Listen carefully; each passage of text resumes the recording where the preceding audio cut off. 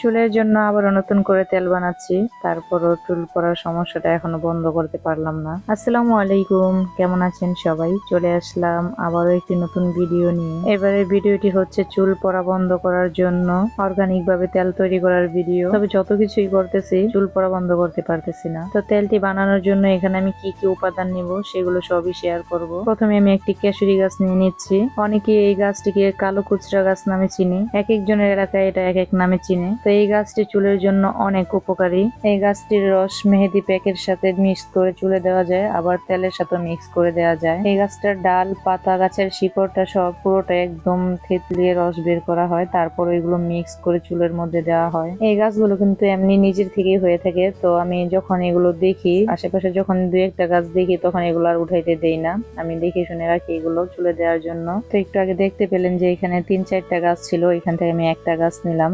একটা গাছ হলে যথেষ্ট, আর ওইগুলো আমি পরে আবার কোনো প্যাকের সাথে মিক্স করে দিব। আর এদিকে আমি একটা জবা ফুল গাছ লাগিয়েছিলাম, সেই ফুল গাছটিতে 2টা ফুল ফুটছে। অনেক ফুলই ফুটে, তো আমি যখন দরকার হয় তখন আর পাই না। তো আজকে যেহেতু তেল বানাবো, এর জন্য এই ফুলটাকে কাজে লাগিয়ে দিলাম। আর একটু পাতাও দিয়ে নিচ্ছি এখান থেকে। জবা ফুল আর পাতা চুলের কোনো প্যাক বা তেল তৈরির কাজে ব্যবহার করা যায়। তো এখানে আমাদের গাছ থেকে একটা ফুল দিছি, এখানে আরো জবা ফুল ইউজ করব, অন্য জায়গা থেকে এনে দিব, ওইগুলো আরো দেখাবো। তো এখন এই যে এই গাছটা থেকে কিছু মেহেদি পাতা নিয়ে নিব। তো এই গাছটা এখন সচরাচর আর খুব তেমন দেখা যায় না, আগে যতটা দেখতাম। তো এই গাছটাই অনেক জরুরি এখন চুলের জন্য। ছোটবেলায় খালাদের বাসা থেকে এই মেহেদি পাতা এনে দিতাম মেহেদি হাতে, কিন্তু এখন খালার বাড়িতেও নেই গাছটা।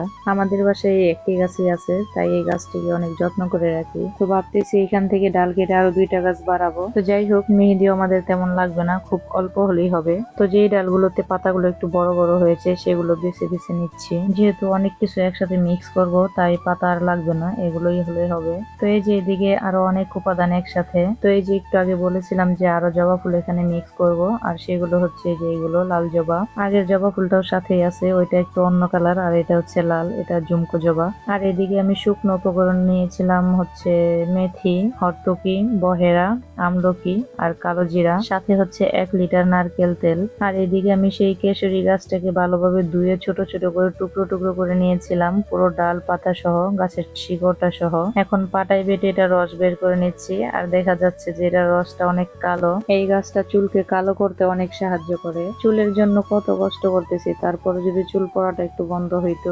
মেয়ের বয়স এখন অনেক কম, মেয়ের এখন থেকে চুল পড়া শুরু করছে। আল্লাহ বাঁচিয়ে রাখলে বড় হইতে হইতে যে চুল কতটুক থাকবে কে জানে। আর আমাদের মেয়েদের এই চুলই কত পছন্দের। তো এই তো এখন কেশরি গাছটা বাটা শেষ, কেমন কালো হয়ে গেছে দেখেন। তো এখন এই যে সবগুলো জবা ফুল একসাথে বেটে নিচ্ছি। জবা ফুলগুলোর সাথে জবা পাতা, তারপর হচ্ছে মেহেদি পাতা আর পেঁয়াজ গুলো একসাথে দিয়ে একসাথে বেটে নিব। ফুলগুলো বাটার সময় বারবার পিছলিয়ে যাচ্ছিল। তো এই তো এখন ফুলগুলো বাটা শেষ, বাকি রইলো শুকনো উপকরণ গুলো। কষ্টের কাজগুলোই বাকি রয়েছে। শুকনো উপকরণ গুলো অনেক শক্ত, যেগুলো বাড়তে হাত ব্যথা হয়ে যায়। এর আগে তেল বানিয়েছিলাম শুকনো উপকরণ, তারপর হচ্ছে যে পাতা, মেহেদি পাতা, পেঁয়াজ, এগুলো সব তেলের মধ্যে দিয়ে দিয়েছিলাম সরাসরি। আর এবার তেল বানাচ্ছি একটু কষ্ট বেশি করে, কারণ শুকনো যে উপকরণ গুলো এগুলো সবই বেটে দিচ্ছি। শুকনো উপকরণ, তারপর হচ্ছে মেহেদি পাতা যা আছে সবই বেটে দিচ্ছি। বেটে দিলে হয় কি, এগুলোর যে নির্যাস থাকে এটা খুব সহজে তেলের সাথে মিক্স হতে পারে। এই যে এখানে যে মিহি অবস্থা দেখতেছেন, এটা করতে আমার অনেক কষ্ট হয়েছে। এখানে আমি ভিডিও কেটে দিছি, তাই খুব অল্প সময় দেখা যাচ্ছে।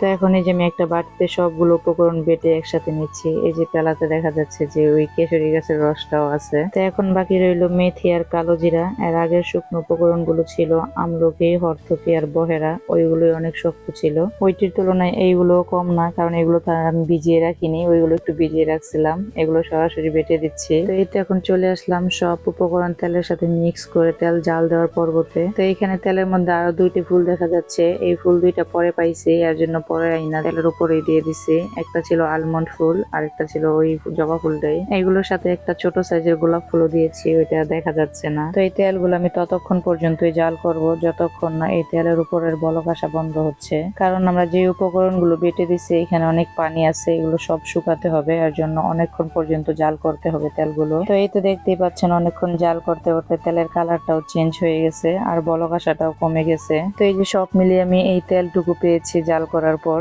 এই যে এরকম হাফ লিটারের 2টা বোতল ভরা ছিল ওই সময়, আর এখন এই তেলটুকু পাইছি। তো এত কষ্ট করলাম, জানি না এই কষ্টের ফল কি আসবে। তো ভালো থাকবেন সবাই, আল্লাহ হাফেজ।